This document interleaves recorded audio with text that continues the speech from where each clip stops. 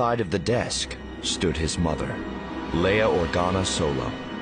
But she did not carry her own lightsaber. Jason recognized it by its hilt, its color. It was the lightsaber Mara Jade Skywalker had carried for so many years. Luke Skywalker's first lightsaber, Anakin Skywalker's last lightsaber. Leia wore brown Jedi robes, and her hair was down, loose. She held her lightsaber in a two-handed grip, point up and hilt back, ready to strike. "Hello, Mother. Have you come to kill me?" She nodded. "I have." "I don't think so. I'm prepared for any tactic, any ploy you're likely to use." "Likely to use?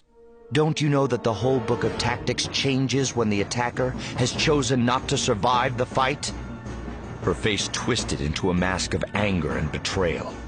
She released her grip on the lightsaber hilt with her left hand and reached out, pushing. Jason felt the sudden buildup of force energy within her. He twisted to one side. Her exertion in the force would miss him. And then he realized too late that it was supposed to. The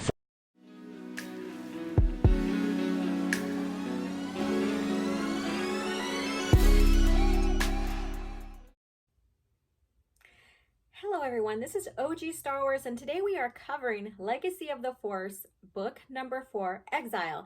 And the clip that you just listened to is the very beginning of the book, the prologue, and it is Jason and his dreams regarding him and his mom and the relationship. And so this is setting up his transition into a Sith, his conflict within his mind, within his family. And so I thought I'd share that clip with you.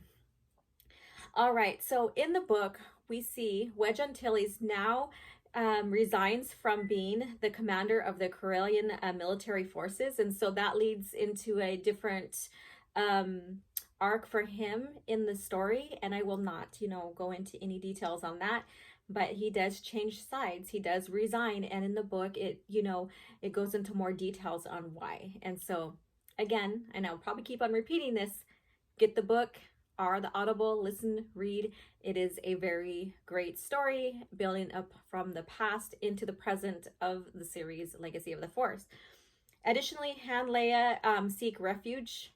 They are basically, they still have warrants out for their arrest. They are wanted by the Galactic Alliance. There's also the Corellia also wants to see them dead, and they are also investigating what exactly led to or who exactly were responsible for the threat against Tenno Call, and they later find out it was Corellia. So again, another compelling little arc here. And with that, Lando Calrissian is in the story, and he helps them out. The Millennium Falcon is down still, and so he lends them his ship called the Love Commander, which is very fitting for who Lando is.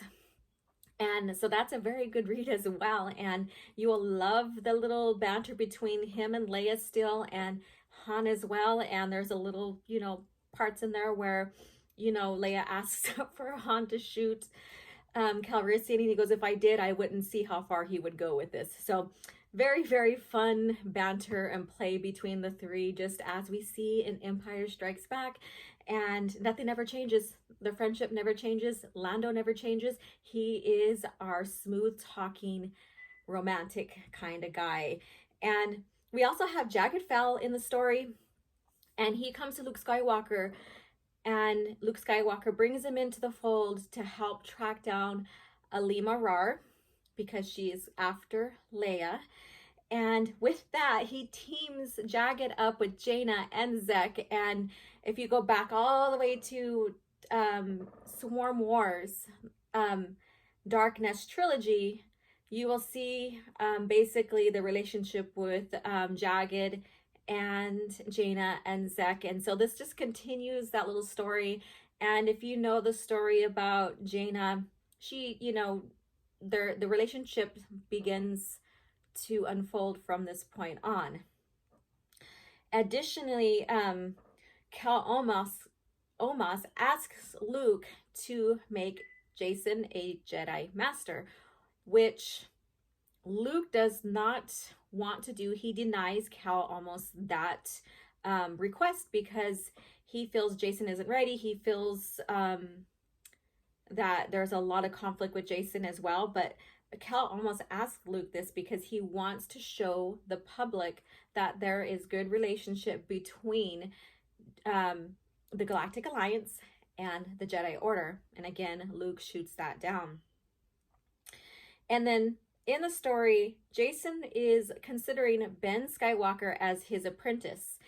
And from there, Ben, who is back at the Jedi Academy, is training, and there's still that little bit of conflict, push and pull between him and his parents and Jason. And so Jason sends Ben Skywalker on a mission to go look for the Amulet of Kalara, which is a Sith amulet, and I guess it allows the user to become invisible. So Ben takes the request. Jason lies to Luke and Leia, or Luke and Mara, about Ben, and makes it sound like Ben just ran away because he's tired of his father, creating more conflict. That's what Jason is doing right now. He's creating chaos and making everybody doubt everything, and this is part of his arc as well. And so this searching for this amulet takes Ben to Ziost, which is a ancient Sith world, and from there we get a lot of great development in that. And he meets up with two individuals. The father basically has the amulet and was trying to keep it away from getting to Jason's hands, or into the wrong hands, and wanted to give it to Luke. And from there in the story, I'm not going to reveal too much of what happens on Ziost, but in the end, Ben Skywalker flees with the young lady Kira on a Sith ship called Ship. It's a meditation ship, and so that begins that story plot from here on forward with that Sith meditation sphere called Ship.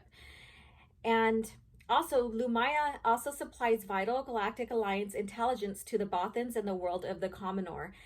And so she stirs the pot as well, and from there creates conflict. And so we're going to listen to this clip here. And in this clip, it is the conflict towards the end of the book where Jason is set up, and Han, Luke, and Leia and Mara go help him out. So this is towards the end of that, and then we'll go dive into that a little bit more. So enjoy. The rear, Han just ahead of her. The ripple shock from the floor impact behind them took Han off his feet. Nimble and determined, he was up again before Leia even reached him.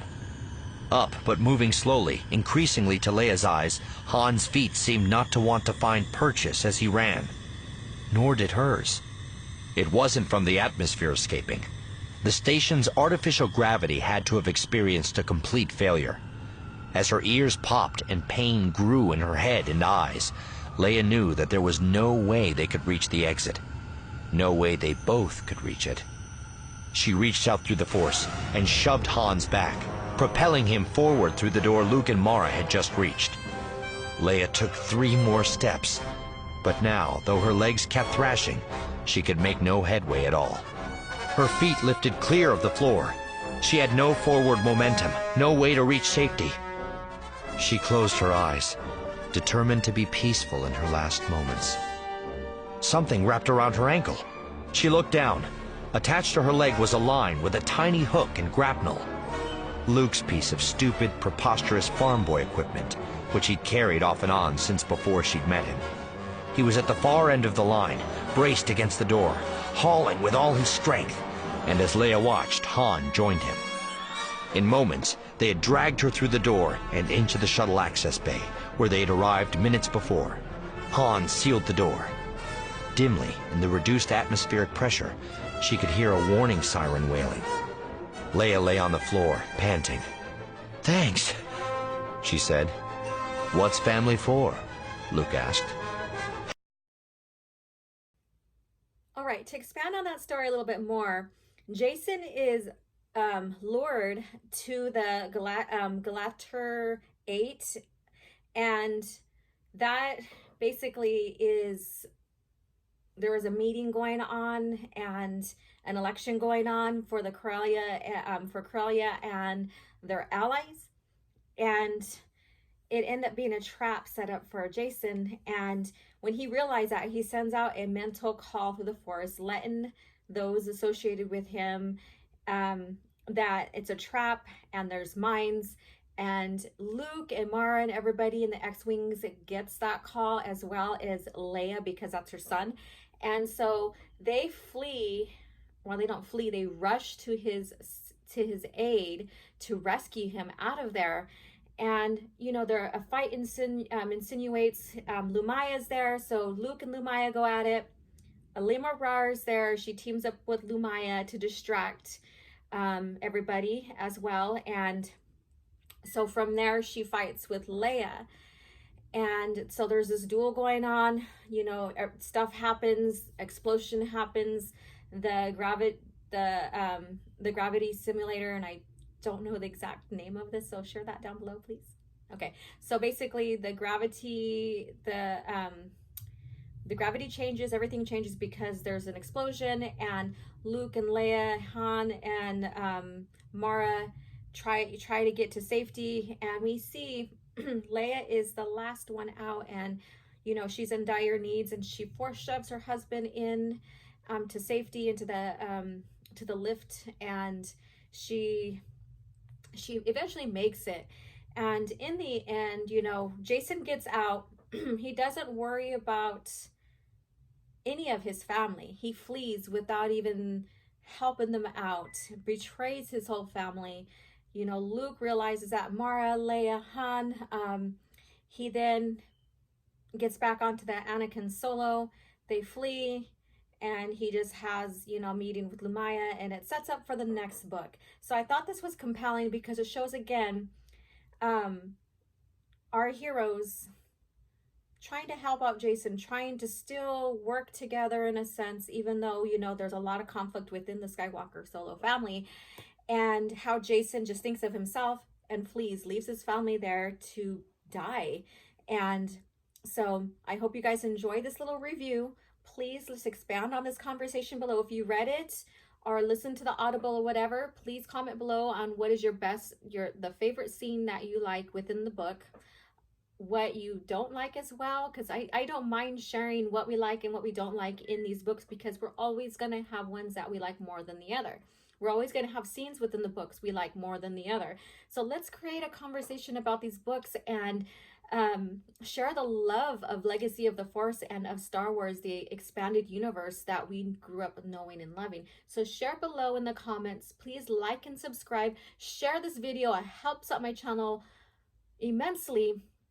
And then also too, for all of you guys who are here on my channel for original lore and Star Wars news, compare and contrast between the old and new lore, thank you so much. We are almost at 1,000 subscribers, and I can't wait to get there, and I can't wait to get monetized so that we can have this channel grow and keep the EU going, keep Legends going. Remember, hashtag I choose Legends, and you guys have a good day, and may the Force be with you.